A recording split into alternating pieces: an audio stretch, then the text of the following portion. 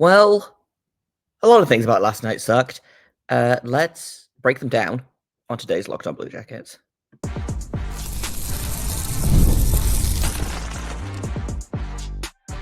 You're Locked On Blue Jackets, your daily podcast on the Columbus Blue Jackets, part of the Locked On Podcast Network, your team every day. Hello, and welcome to Locked On Blue Jackets, part of the Locked On Podcast Network, your team every day. I am, as always, your host, Jay Foster, here to give you the good, the bad, and the ugly about your favorite team and mine, the Columbus Blue Jackets. Before we get things started, I want to thank everyone for making this your first listen of the day every single day. Locked On Blue Jackets is free and available on all podcast platforms and over on YouTube. I also have to let you know that today's episode is brought to you by FanDuel. Make every moment more. New customers can bet just $5, and if you win, you're going to get $200 in bonus bets. Download the app or head to FanDuel.com to get started. There was a lot to dislike about last night's game. In a vacuum, it was bad.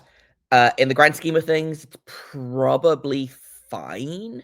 But there's a lot that I want to kind of break down. So I want to talk about the actual play of the game. I want to talk about the injuries. I want to talk about some of the missed calls or non-calls or questionable high sticking reviews, for example. So we got a lot to get into. So let's just jump right into it. The Blue Jackets lose. A frustrating game. They open the scoring. Dallas equalizes. They score again. Dallas equalizes. They score again. Dallas equalizes. I didn't mind the actual play of the Blue Jackets. Dallas outshot them 39-30, but I thought the top line was good. I thought the second line was good. Defense kind of up and down, which makes sense when you realize that they lost Dante Fabbro for the final two periods. Werenski missed not much of the second period, I don't think, maybe like 5 minutes or so. But we'll talk about the injuries in a minute here. Ivan Provorov, I thought, had a really good game. He had a good goal. He picked up a lot of the slack after Fabbro left the game, after Werenski missed a little bit of time as well. And honestly, if Fabbro is out for any kind of length of time, I suspect we're going to see a lot more of Provorov, just because he's the defenseman that they trust the most. With they trust Werenski the most, obviously, but last night Ivan Provorov played 29 and a half minutes. And again, I liked his game. I thought he had a good game. He did his best being thrown into a situation of, oh, well, there goes our number two defenseman. Oh, there goes our number one defenseman. Dante Matejchuk played almost 20 minutes as well. He played the third most ice time, actually, of any defenseman, which is, great news for him and his development. And we'll figure out what's going to happen with the defense. Again, Werenski, I assume, will continue to play, despite the fact that he's clearly playing through something. Probably he shouldn't go to Four Nations if he's playing through something, but as we all know, hockey players are who they are. I guess that's a decision that'll be made in the next couple of weeks. Fabbro missing time is not great, but is not the end of the world. It really depends on what you want to do with, who do you put with Werenski? Now, if you elevate Provorov up there, I don't really have a problem with that. I liked Werenski and Provorov at the beginning of the season. And then I guess you probably put Severson with Matejchuk and see how that goes. And then it'll probably be Christensen and Johnson on the third pairing, which will be an experience, I'm sure, but you could deal with that. Or do you keep Matejchuk and Provorov together, elevate Severson up to that top pairing? I'm not as thrilled about that. I don't think Werenski and Severson work together super well. But again, it all depends on how long you're missing Fabbro for. Anyway, I did not mean to go into some injury breakdown stuff there. I did want to talk a little bit more about kind of the game as a whole. The Blue Jackets, the Stars probably okay. The Stars played better than the Blue Jackets, but the Stars are a better team. As much as it annoys me specifically, the number one Dallas Stars hater for absolutely no reason that I even know, just my irrational. Everyone has that one team that they just like irrationally dislike, right? Like obviously we all hate Pittsburgh because obviously, but everyone else has that one team that like plays in the other conference and has never really had any like throwdowns with your team, and you're just like, nah, screw that team specifically. That's the Dallas Stars for me. Anyway, the Stars are a good team. They are so good in transition. They are fast. They are skilled. I thought the Blue Jackets did a really, really good job of keeping up with them as best they could. Faceoffs were a struggle again, but I think faceoffs are going to continue to be a struggle until Sean Monahan gets back. But like honestly, until that goal went in, the Dodanov goal that was probably a high stick, but they didn't have a clear view, so they had to go with the call on the ice, etc., etc. Until then, the Blue Jackets were blow for blow. Like that for those first two periods were really, really solid. Third period, I thought they came out really strong as well. They outshot the Stars in that third period, just couldn't figure out Casey DeSmith.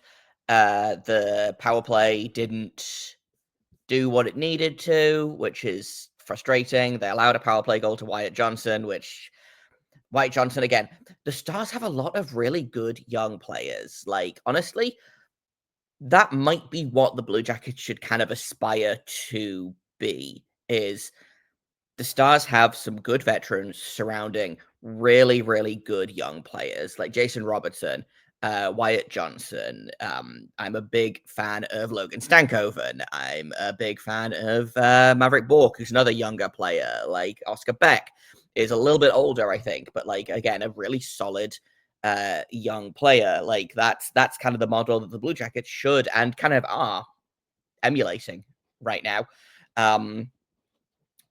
But there's no shame in losing to a team like the Stars.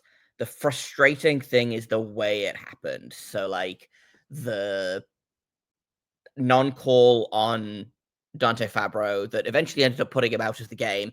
The questionable non-call on Kent Johnson. And, like, that one looked more egregious, but I also think that it was really kind of could have gone either way. Like, they could have called Johnson for holding the stick. They could have called was it Granlund? I think Mikael Granlund for hooking. They could have sent both of them. They could have sent neither of them. They sent neither of them. And puck ended up going in the net. Like, it sucks, but it's not like. And this has kind of been my issue, and this has kind of been my issue with officiating for a long time. Is I'm never going to sit here and say that the refs are out to get us, because I genuinely don't think the refs are out to get anyone, like any team. I think, sure, some refs will have bias against players. I think some players will have reputations that, sometimes are earned and sometimes are not earned. Like some players will get the benefit of the doubt with a call. Some players won't. Like I think it's died down a little bit now, but I think a lot about like Tim Stutzler, for example, who took a couple of embellishment penalties and then suddenly the entire league decided that he was a diver and he could not get a call for love nor money. I think that's died down a little bit now, but like that's kind of the thing that I'm thinking of here. And I don't think that was at play last night. I think the refs were just, and this is not like specifically the refereeing from last night, but like NHL officiating as a whole is inconsistent, is deeply flawed, and is incompetent. Like, and that's maybe not a very nice word to use, but like the refereeing is it's not good enough. Like, I think it is biased in terms of, if not player to player or team to team, the refs can influence a game. Like you see sometimes if they miss a call, then they will call a makeup call. Or if one team has a million penalties, sometimes the other team will get like a phantom call just to kind of quote unquote even it up, you know? And like you either call the rule book or you don't call the rule book. Like just be consistent with it. But so, I am frustrated by those two non-calls. I am not going to sit here and say that this was the refs siding with Dallas for this game. I think they're just bad at their jobs. The thing that frustrates me is the high stick review on Evgeny Dodanov's first goal. We're going to take a quick break, and then I'm going to get into how I feel about that in just a second here. First, I'm going to tell you about FanDuel. Super Bowl 59 is here. One game, two teams, endless possibilities. There's no better way to make every play more exciting than FanDuel Sportsbook. Whether it's predicting that first touchdown, calling the MVP, or even betting on the coin toss, FanDuel makes it easy to get in on the action. With live betting all game long, you can adjust your bets as the game unfolds and feel the thrill from the kickoff to the final whistle. The live betting feature lets you stay involved no matter what happens on the field, and the app is super easy to navigate. Plus, if you place if you are new to FanDuel, you place a $5 bet, you can win $200 in bonus bets if that $5 bet wins. You can spend that $200 on whatever you want. Download the app, head to FanDuel.com to get started, bet just $5, and if it wins, you'll score $200 in bonus bets. That's FanDuel.com, bet with FanDuel, the official partner of Super Bowl 59. Welcome back to Locked On Blue Jackets. Let's continue to talk about the officiating. And this is not necessarily officiating. This, I think, is an inherent flaw in the way the game is filmed, because I don't think there's a way that you can like fix this, without having a camera at the line of the goal line, which would probably inhibit the view of something else or be an issue for whatever. Like every single angle that we saw on TV, it looked like a high stick. I think every Dallas fans were saying that, Dallas media was saying that. Like I think even the Dallas bench were like, how did they, like, if you look at the expression on Evgeny Dodanov's face immediately after he scored, and then when the call was confirmed, like he was like he was rocked, like shook that was a good goal. Like I don't think anyone thought that was a good goal except the Situation Room in Toronto. Now, the Situation Room in Toronto gets more views, gets more camera angles than they show on various broadcasts, Plus, something important to remember, the way that reviews work is it has to be conclusive to overturn the call on the ice. So it had to be 100% incontrovertible evidence that was a high stick. If they'd called it no goal on the ice, I suspect it probably would have been confirmed as a no goal due to a high stick. Because to me, I like it. It looked like it was definitely high to me, but I can see how if they don't have that exact on the goal line view, I don't like I get that they can't confirm one way or the other, so they have to go with the on ice call. Like that's how this works. That being said, what a stupid, infuriating, frustrating way to lose a game that the Blue Jackets were in. Like that 4-3 goal. And again, like I said last night on Twitter that the stupid goal karma was reversing, and like I was kind of joking, but also like the Blue Jackets over the past 2-3 games have scored a lot of really stupid lucky goals. They've bounced in off defensemen. They've like Cole Sillinger's overtime goal that somehow again just kind of rolled into the net. Kent Johnson's goal against, I don't remember who that was against, but the one that like it bounced off of a defender's skate and in to it was the second goal against Utah. Like just a bunch of really stupid lucky bounce goals, And so like partially that's the sign of a good team. A good team scores good goals and also scores bad goals. It was going to progress eventually. At the beginning of the game, like the first goal that they scored, like I don't think Cole Sillinger's not going to sit here and be like, man, that was a really great goal I scored. Like he'll take it, and it was, it's great to open the scoring, great to get a goal at all. But it was another one of those goals that like just kind of slid in very, very slowly, and they got lucky, you know? I feel like the second goal was also that. Maybe I'm misremembering, but it wasn't like a slow one, but it was one that like they tried to sweep off the line and it just crossed the line. So like lots of lucky goals for the Blue Jackets. It makes sense that they're going to get an unlucky goal against, Um, just frustrating to happen again. A game that they're in, the wild card race, which I don't think we'll have time to get into, continues to be like really stupid and really tight. So Blue Jackets currently in wild card 2. They have the same number of points as the Detroit Red Wings, who are in wild card 1, but the Red Wings have the regulation win tiebreaker. They have 21 to the Blue Jackets 18. And then Tampa Bay, Boston, both on 58. The Islanders on 55. The Rangers on 54. Canadians on 53. Penguins and Flyers on 52. The Buffalo Sabres are there. And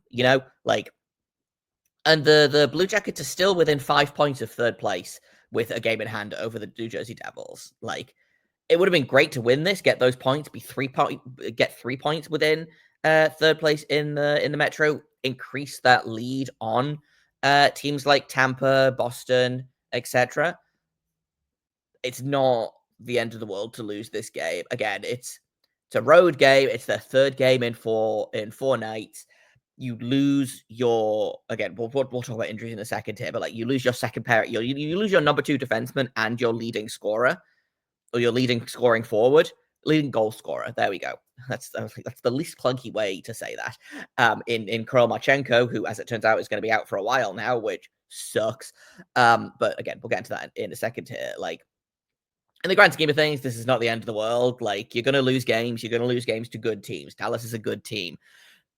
They battled, they pushed, I liked that game from the Blue Jackets a lot, considering they were juggling defense pairings and then forwards, and then, had to, I'm not going to say fight against Dallas and the refs, but I think Dallas definitely benefited from the calls last night in a way that Columbus didn't. And Columbus has had games where they've benefited from the refs, either calling stuff or not calling stuff. Like, it goes both ways, Every single team, I think, thinks that the refs are against them specifically, and I promise you it's just that they're bad at their jobs. It's not personal. I know that doesn't make it less frustrating, but, like, when I figured that out, I was like, "Oh, okay." Like, I got a little bit more zen about it when I realized that it wasn't personal, it's just that they're bad at their jobs. Like, incompetence is way better than malice, for my money, in this situation, anyway. But winning streak ends. Good news is the Blue Jackets did go to overtime for the first time in a billion years. So I got to go to bed at a normal time-ish. But you pick it up, you go again. They're in Buffalo tomorrow. That's going to be an interesting game. We'll talk about that on tomorrow's episode. But honestly, I think a lot of people are looking at the long-term picture of what the Blue Jackets are going to look like now. So let's get another quick break, and then I want to talk about the Marchenko injury. I've talked a little bit about the Fabbro injury, but I'll get into that a little bit more in just a second here on Locked On Blue Jackets.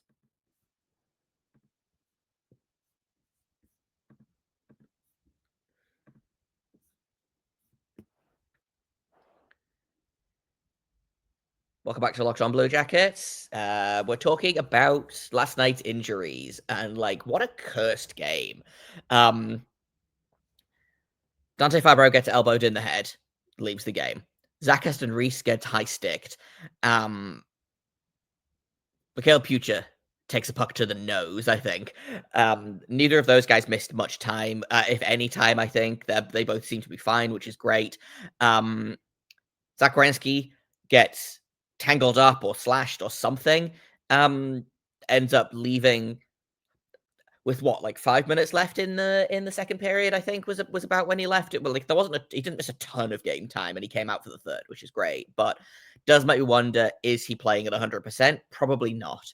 And then the Marchenko injury gets hit. He's sitting on the bench and he gets hit in the face with a puck, and he's got a broken jaw, which again is the worst of all of those injuries because of how big Marchenko has been for this club.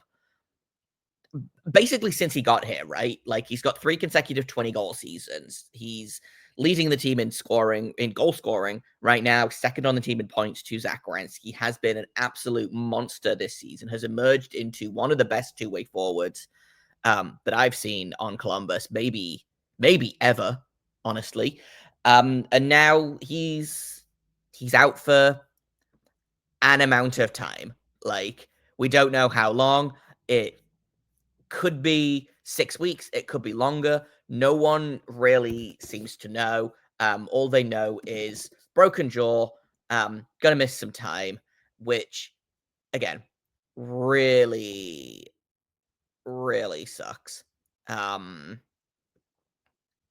If his jaw needs to be wired, he'll probably miss a little bit longer. If it's not wired, he can probably come back a little bit sooner. It depends on, again, and also how severe the break is, right? Like if it's broken, that'll be longer. If it's fractured, probably put a bubble on him and he could be back sooner, you know? Connor Bedard missed 6 weeks last season with a broken jaw. I feel like Boone Jenner missed about the same, also with a broken jaw. So that will put his return like mid-March-ish, about when Monahan is due back. So the question becomes, like, what do the Blue Jackets do now? With Fabbro missing time on defense, with Marchenko missing time on offense, like, I don't think there's any need to make a panic move. You know, the Blue Jackets have dealt with this on and off all season, right? Like, you lose Boone Jenner before the season even starts. You lose Gabranson 3 games in. Chinikov is still out, and we don't know when he'll be back. Like, Justin Danforth missed a month of games. Kent Johnson missed, a month, 6 weeks. You're missing Monahan, and the team has stepped up. Like, you've got guys like Del Balbalous coming in and playing excellently in this kind of the next man up mentality that this team seems to have brought in, you know? And there's a lot of people, saying, well, they need to make a move now. Without Monahan, without Marchenko, the season's gone. They need to do something to save it. Like, they're playing this magical charmed season.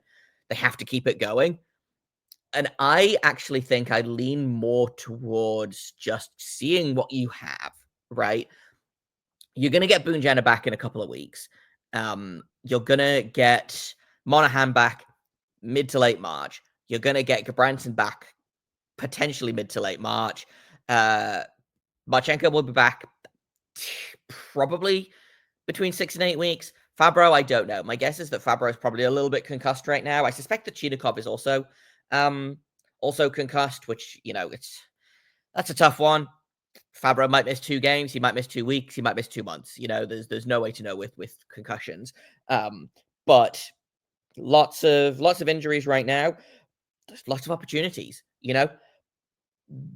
from the beginning of the season, they've kind of said, well, hey, let's see what we have in, for example, Mikhail Pucha, who made the team out of training camp.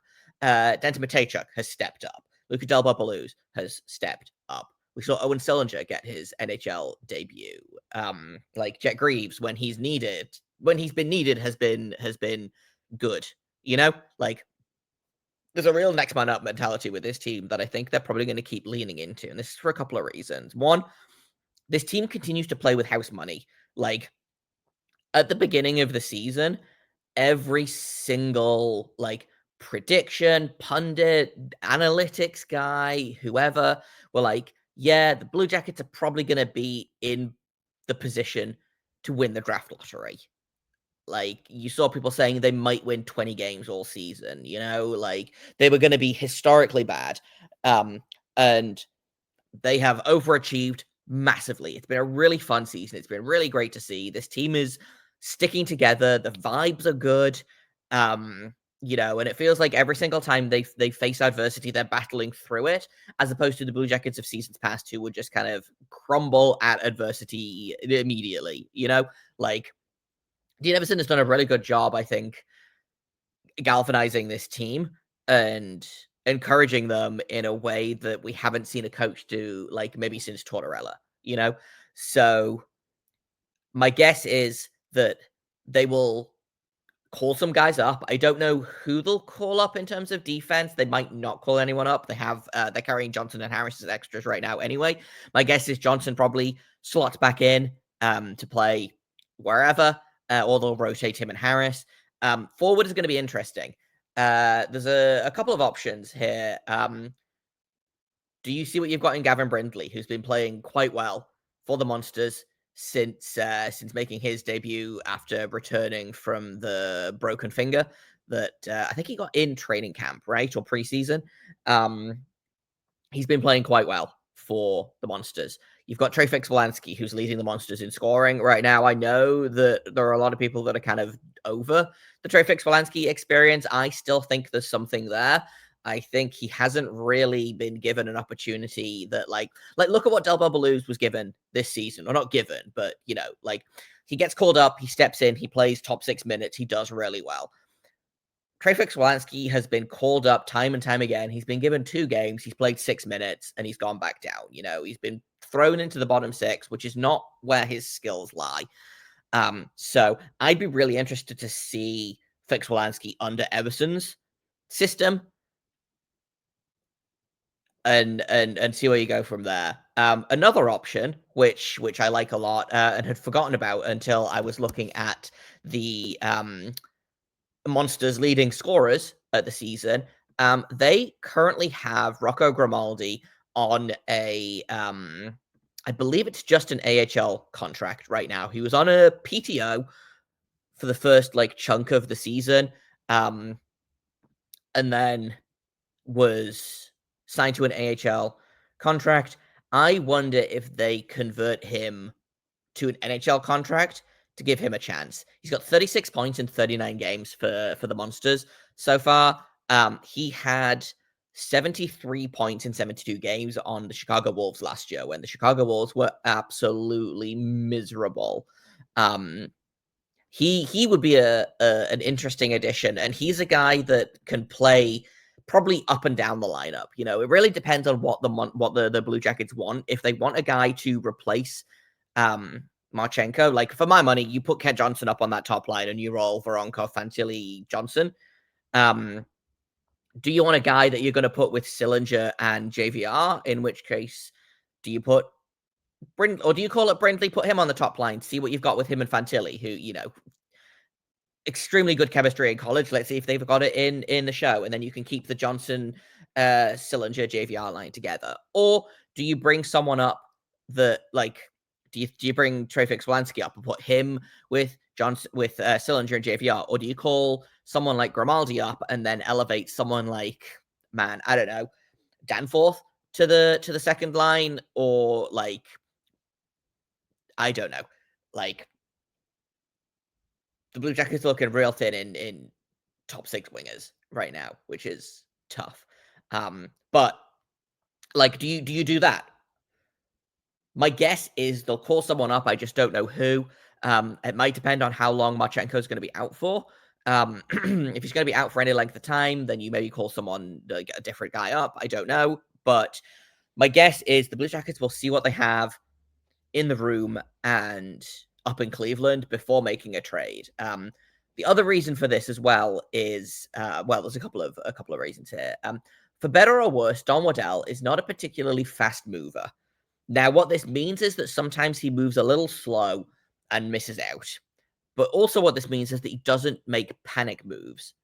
He doesn't overreact to things. He takes his time, he thinks, he waits.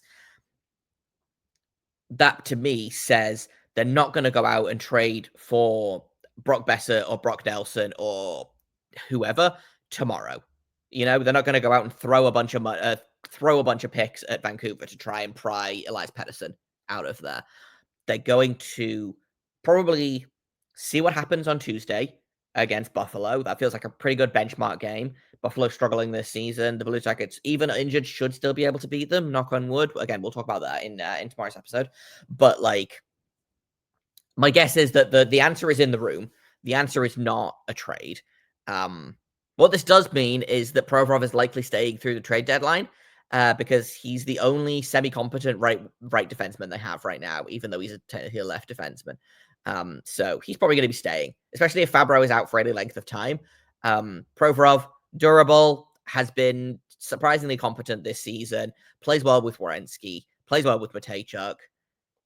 You have to keep him, I think. If you let him walk in the summer, fine, you let him walk in the summer. But that's a deal with that later down the line, you know?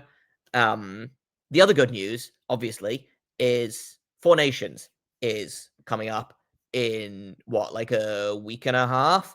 I should know this, and I don't. It starts, I think, like February 14th, I think. Again, should know this, don't. The Four Nations break, I think, is also slightly longer than the Four Nations tournament itself. So the Blue Jackets have 3 games until the break. They play Buffalo tomorrow night. They play Utah on Thursday, and then they play the Rangers on Saturday.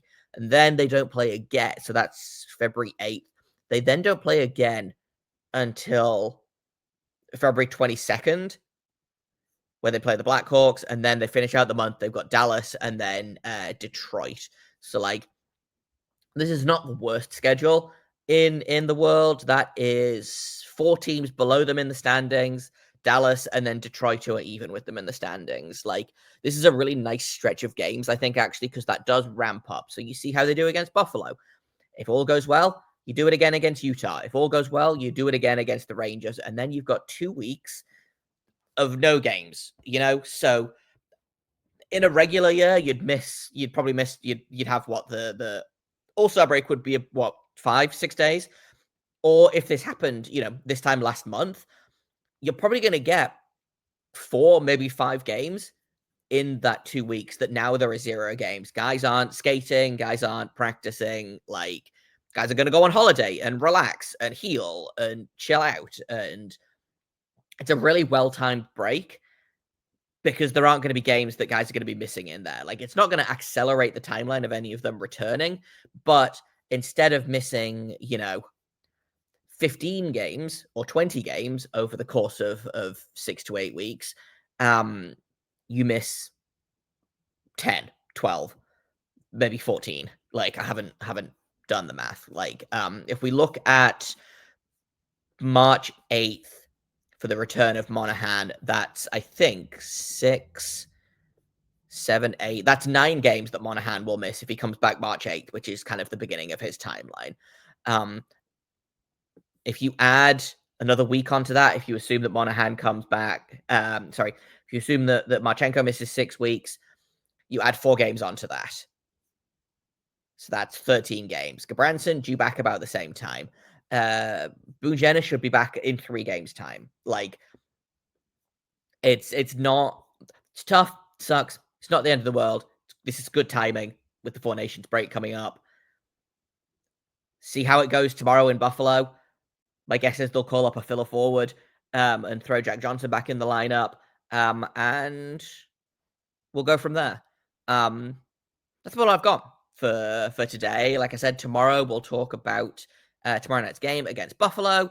Hopefully we'll have some lineup news by then, or an update on Marchenko, Fabbro, etc. But until then, thank you for listening, for making it your first listen of the day every single day. Locked On Blue Jackets is free and available on all podcast platforms and over on YouTube. I have been Jake Foster. You can find me on Twitter at _Jacob Foster, JAKOBFORSTER. You can find the show at LO_Blue Jacket. If you have comments, questions, criticisms, email me at lockedonbluejackets@gmail.com. Thank you once again for listening. And until tomorrow, make sure you stay locked on.